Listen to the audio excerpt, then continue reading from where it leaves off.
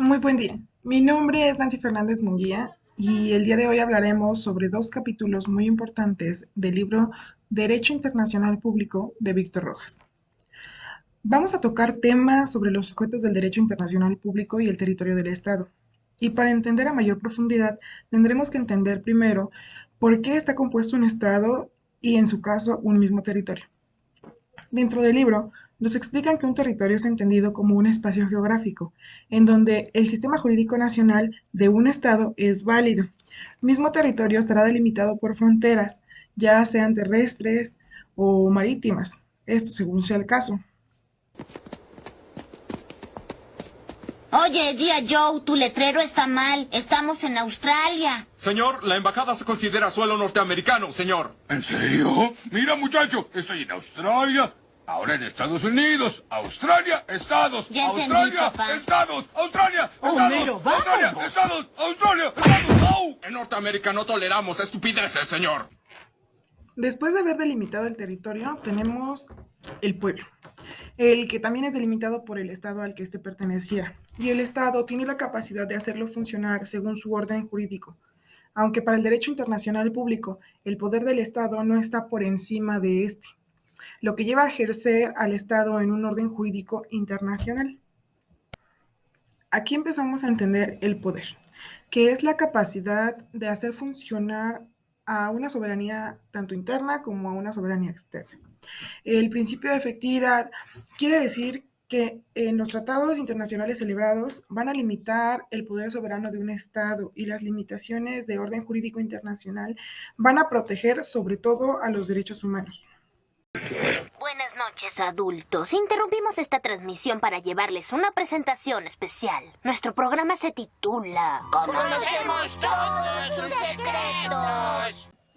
Ahora hablemos un poco sobre la teoría de la continuidad de los estados, pues prácticamente radican las obligaciones internacionales, lo que quiere decir que el derecho internacional público, aunque un estado pierda su poder soberano, no se puede hablar de la desaparición del mismo estado, que es prácticamente todo lo contrario al problema de los estados fracasados, que prácticamente el término está acuñado a un estado que pierde por completo el poder. Aunque si el estado o dentro del Estado existiera una lucha de poder, todavía existe una posibilidad de que éste se restablezca. En el caso de las ciudades internacionales, el poder soberano va a ser ejercido por un grupo de estados o por una organización internacional. Históricamente representan compromiso entre estados para solucionar controversias territoriales. Las organizaciones internacionales van a ser creadas mediante acuerdos de voluntades y tienen una personalidad jurídica que los estados tienen en el derecho internacional público. Este va a ser limitado por derechos y obligaciones que los van a hacer cumplir con sus objetivos y con su base principal, que sería la igualdad. En el caso de los sujetos especiales del derecho internacional público, que también son conocidos como sujetos atípicos, donde la capacidad de obrar es limitada, esto para el derecho internacional público. Y esto es debido al incumplimiento de los requisitos esenciales sobre un Estado soberano, es decir, ya sea territorio, población o gobierno. Algunas de estas ciudades son como el Vaticano, la Santa Sede y la Orden de Caballeros Malta.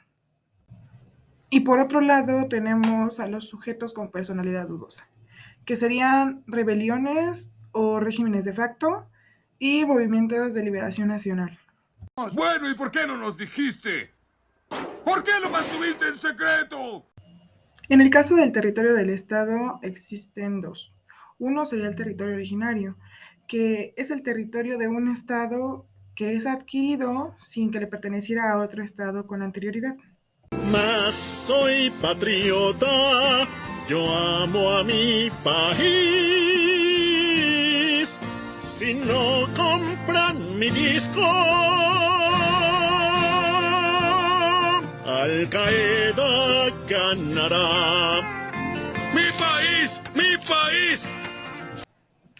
Luego tendremos al territorio derivado, que al contrario del territorio originario, originalmente estaba bajo el control de otra soberanía, es decir, de un estado diferente. Hola, Homero. Espero que tengas ese generador trabajando a toda su potencia para mañana. Sí, señor, no hay problema. Bien. Por cierto, Homero, ¿qué país te gusta menos? ¿Italia o Francia? Francia. Nadie dice Italia.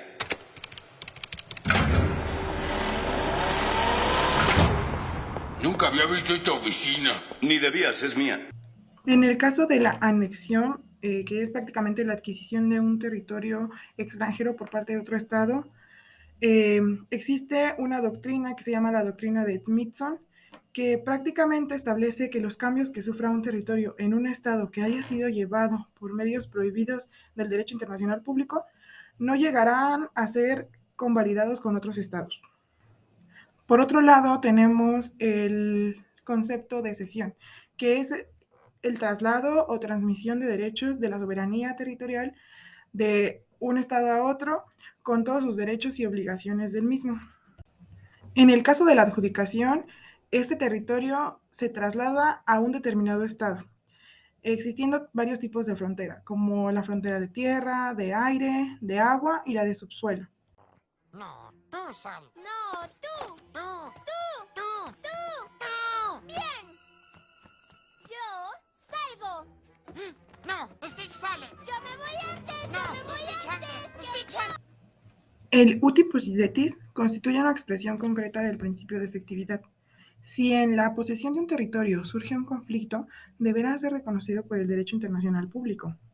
¡Te vas a arrepentir! ¡Abre ahora, troglodita! ¿Quién es? Stitch, abre la puerta. Claro. ¿Qué les pasa a los dos? ¡Dani, soy yo! Ninguno de ustedes se vaya a mover. Conforme a la soberanía territorial, significa que los estados extranjeros podrán llevar a cabo actos soberanos mediante la autorización de otro estado o de su estado.